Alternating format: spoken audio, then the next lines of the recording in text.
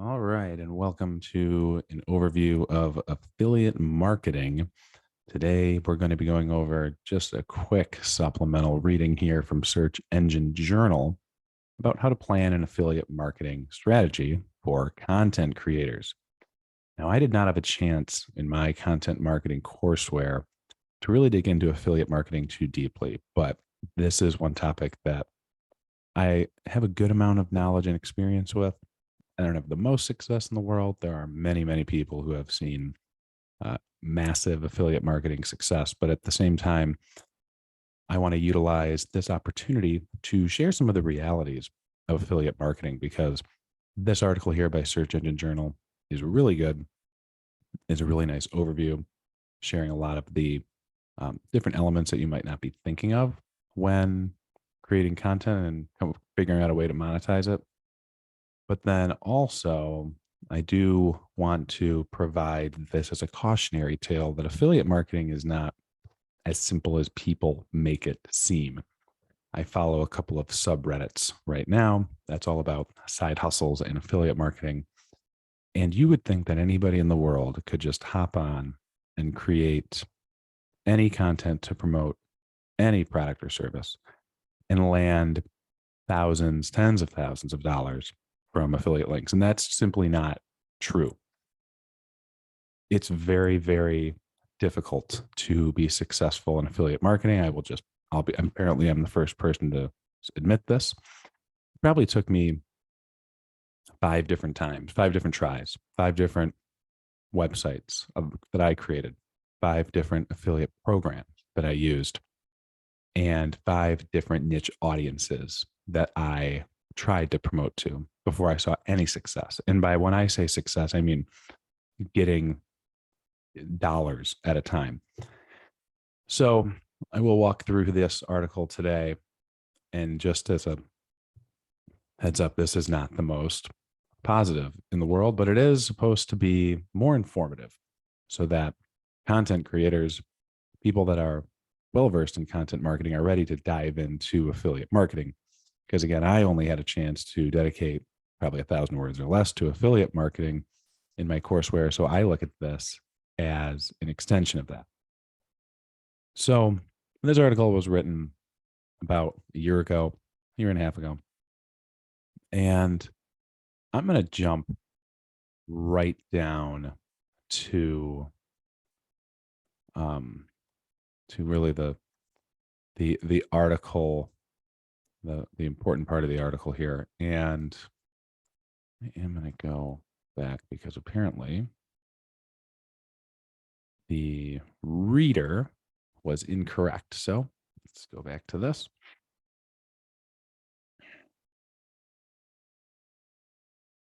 All right. So we are very familiar with the power of referrals. He starts by talking about this and defining affiliate marketing, the user, the affiliate, and the merchant. The thing that I really want to start is talking about this section here, choosing affiliates. So, just to recap, affiliate marketing is the ability to promote other sites' products on your own site because you have a community, you've got a niche audience. And then while the other company is hosting the products and is selling them and is getting the revenue, you are getting a kickback in the form of a percentage of commission, essentially providing a referral to the website. And these referrals are tracked by unique URLs that can really well, um, look at the people that are clicking through from your website or just anybody that you are sending to this other site. When I look at affiliate marketing, I think they said there's 11,000 different affiliate networks out there. There's 11,000 different websites that you can use as that you can be an affiliate for. And to me, the easy one is Amazon. Amazon is the largest. They have the widest diversity of products. They have some okay commissions, nothing crazy, but they also probably have the most affiliates that are working with them. So as a result, it's a very robust program. Now, I first tried to join Amazon Affiliate several years ago. They do have a 100, I think it's 90 days or 180.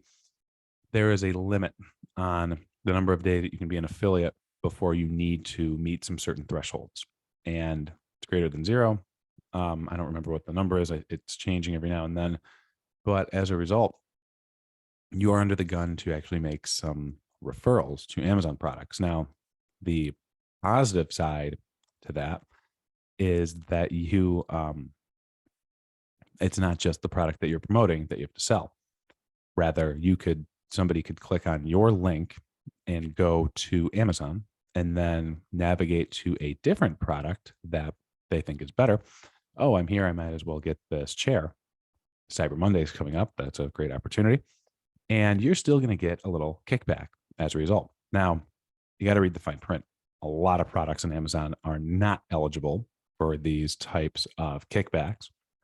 And honestly, from what I've seen, the best paying ones are Amazon's own products, because most of the time, if somebody is buying a product from another retailer or another seller, you're not going to get much out of that.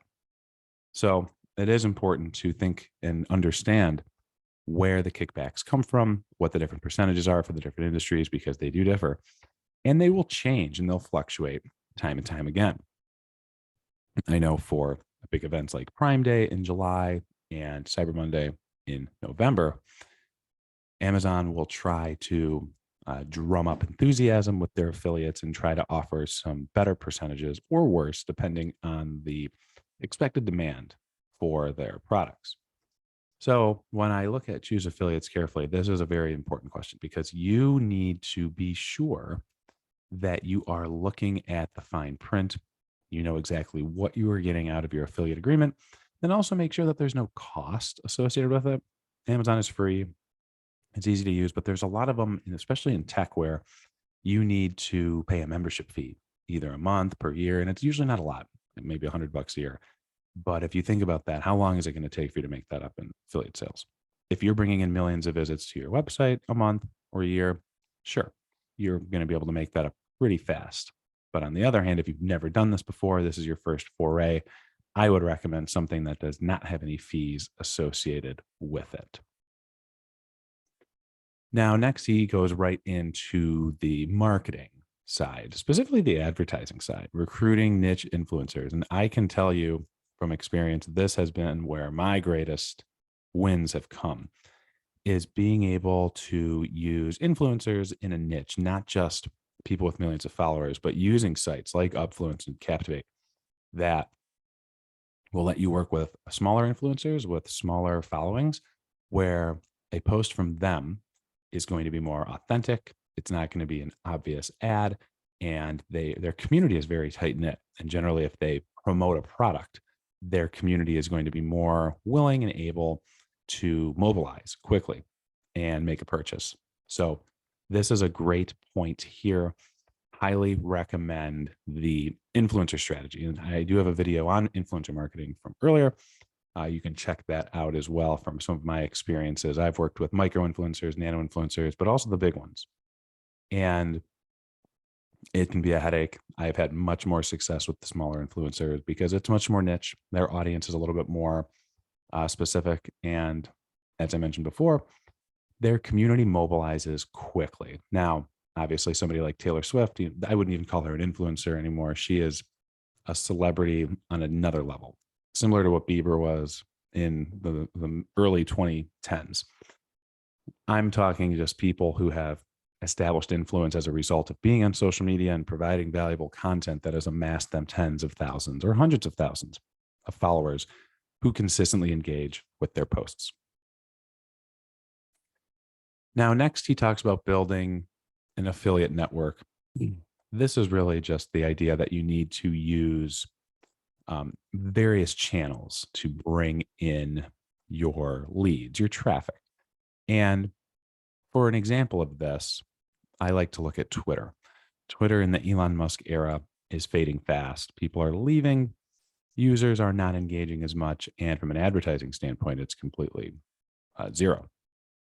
There's a lot of influencers who established themselves on Twitter in the early days and never made a point to establish a following elsewhere as well. Thus, if Twitter ever were to go away, which for years we never thought was going to happen, um, then so too would their influence. They would have no way to connect with their followers. They don't even know who their followers are. And I will say most of the influencers that I have seen, have followed myself, they've done a good job of trying to mobilize people and move them to an email list or to a website or to LinkedIn, even to another social network. And that's the building of an affiliate network that he talks about here.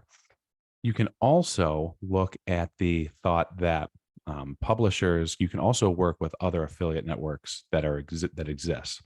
He provides Dotdash and Sovereign Commerce. These are just places where there's services that will do some of the affiliate marketing for you and do more of the logistical back end stuff. I would not worry about that if you're just starting out now. Those are for people that bring in affiliate revenue and make affiliate sales on a daily basis, not something that's necessary. Finally, I'm not going to go into the test your affiliate success. That's just that's just the ability to do A/B testing. The first article I ever wrote, actually, I would say I'd rather talk about the last article. The last article I've written most recently for affiliate is just promoting some marketing books that are on Amazon. And it was a result of a test that I did where I wrote, actually, the variable I was testing was the actual product. I was at one point talking about e-readers, Kindles and other things. Okay, like is that that has a higher percentage, that it costs more, I'm going to get a lot more commission out of it. But at the same time, if somebody's reading my article and then they go to Amazon or to another site and they look at the product, what are the barriers to them making that purchase? They're a lot higher for an e-reader than it is for a book. So I wrote an article that just promoted my 5 favorite marketing books, several of which revolve around content marketing. And I did see much more success in terms of clicks through to Amazon, which is where they all were based, and a lot more adding to cart.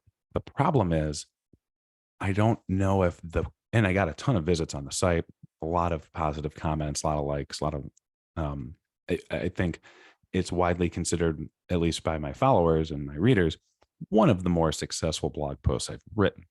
The problem is nobody actually made the purchase because unlike the e-reader where you are committed to getting something and it's something that you're going to use every day, these books were more like, oh, I would like to buy that on a day when I need it. And so I got very, very few sales out of it. All the other numbers were great. And as a result of that test, I realized, okay, this is not actually the way to go. Selling physical books, promoting affiliate links for actual books, I thought could be a potential winner. And it was up until the point where people had to actually make a purchase.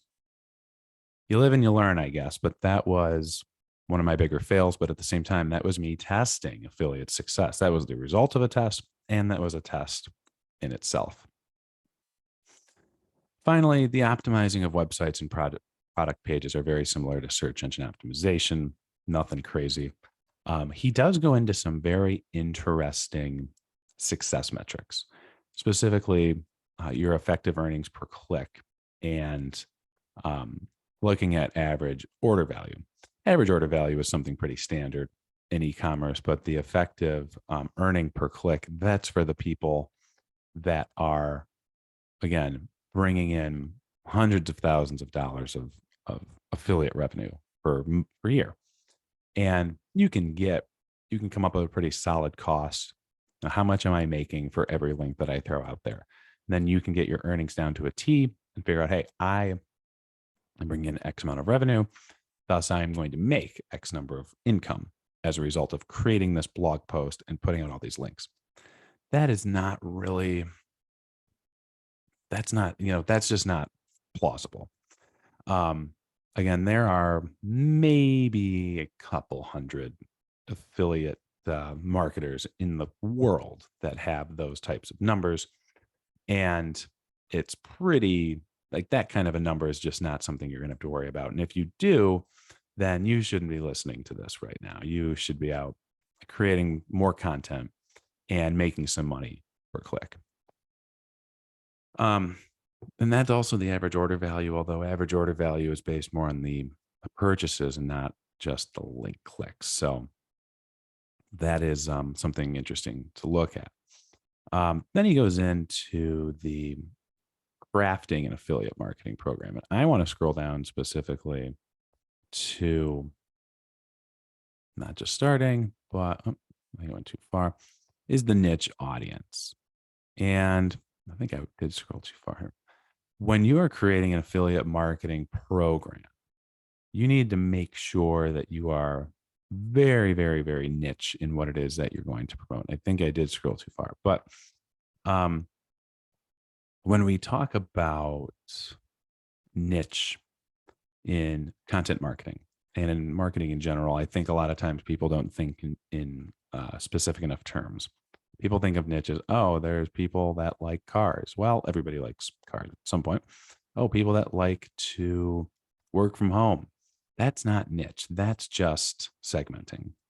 That is a very basic marketing concept. If I'm thinking about niche, I'm thinking about people that are obsessed with the Caesar salads, people that are obsessed with, I don't know, that are obsessed with petunias, people that are really have this very specific interests that go deeper than what Google knows of you for. And by doing that, creating more targeted content for a more niche audience, you're going to be more likely to provide true value that resonates with those that have an interest.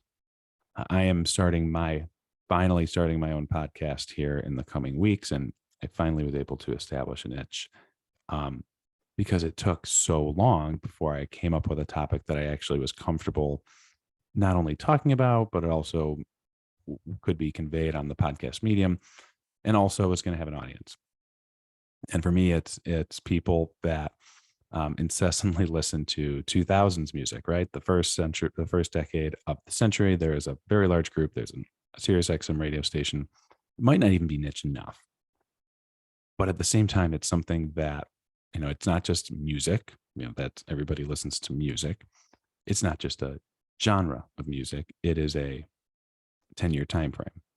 And it's going to specifically probably appeal mostly to millennials like myself and maybe some Gen Xers as well. So when I use that example, affiliate marketing is all about creating value and people feeling that they're being spoken to directly. Too broad of content is going to lead to no clicks and no sales. Too narrow of content is going to lead to too small of an audience. So it's important to walk that fine line. I do think I went way below where the niche was, but I guess there's niche influencers. That's really what creating an affiliate marketing strategy is all about. There are very, very, very few people who can make an income to support themselves off of just affiliate marketing. People that say you can do it, that anybody can do it, that's not true. It takes an immense amount of work, an immense amount of luck, and the ability to really know what you're doing. Again, it took me 5 tries, 5 different attempts at affiliate marketing, and I'm still not. It is pennies compared to the rest of my income. It makes up like 5%. So in order to get to that point, and you think about it, like to me, the most successful example of an affiliate marketing website is NerdWallet. Absolutely astounding affiliate website. And if I go to nerdwallet.com, it is interesting. If you go into it knowing that it's an affiliate marketing site, you can start seeing like, okay, I see what's going on. They have some topics. Okay, you can compare cards. And they really do well because they create lists, they create comparisons, guides, calculators. Like they're providing very tangible things that you can interact with on a regular basis. And whatever the result is, generally leads you to a product or service that they are promoting. The other thing is that they are in the financial sector where you have credit cards, banks, mortgages, loans, insurance, where there's nothing physically being sold, right? There's very, very little that NerdWallet promotes from an affiliate standpoint that is a tangible item. It is mostly services from the financial side. Those have much bigger payouts. Those have much higher click-through rates, and they appeal all of these different segments that NerdWallet has. They appeal to very specific people. Student. I mean, let's take insurance. Like, okay, it's not just insurance, sure, and it's not just car insurance, but they have all of these guides and tips that are very specific. And it starts broad, 12 best homeowners insurance companies for November. But then if you look into the article, it's extremely lengthy. They have their own rating system, and they have their own little computer, their own little game, not game, their own little calculator where if you put in your own information, you're going to get a very customized result. That to me is as niche as it gets. NerdWallet is also, I mean, they've been around for a long time. I remember, I think it was 10 years ago, my hometown here, Detroit, got ranked as like one of NerdWallet's most affordable cities. And um, I was working for a business organization at the time, and we thought, I've never heard of NerdWallet, but it looks reputable. They get a ton of traffic, and it pops up first on Google, so they must be good. And it's that type of work. It took NerdWallet a long time to get to where they are today. It is a full affiliate marketing company today, yes, but trust me, that is the gold standard. If you want to try and succeed, I would recommend building content, not financial focused content like NerdWallet does, but look at the types of content that they create. They have their own rankings. Look at how they create things, how you can put in a zip code, put in all the information, and look at what it is that they put. Right, everything is very, very engaging and is very subjective. That's the last piece. Is you need to be able to provide a subjective opinion on this niche piece so that people look into it and they say, "Oh, interesting," and then they can react, in their response then leads to more engagement, shares, click-throughs, purchases, and money back to the affiliate. So that wraps up today and affiliate marketing as an overview. And of course, I am always open for questions. I didn't want to get too far into it, but the Search Engine Journal article, very good. And if you ever want to look for some inspiration on affiliate marketing, definitely look over at NerdWallet.